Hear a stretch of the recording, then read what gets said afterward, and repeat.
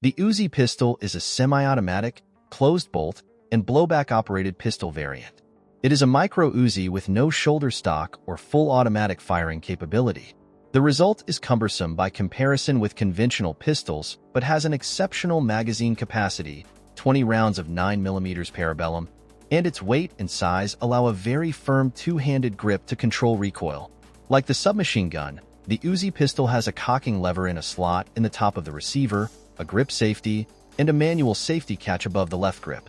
The intended users of the pistol are various security agencies in need of a high-capacity semi-automatic pistol, or civilian shooters who want a gun with those qualities and the familiarity of the Uzi style, mostly in USA, which also wanted such gun with cool Uzi style.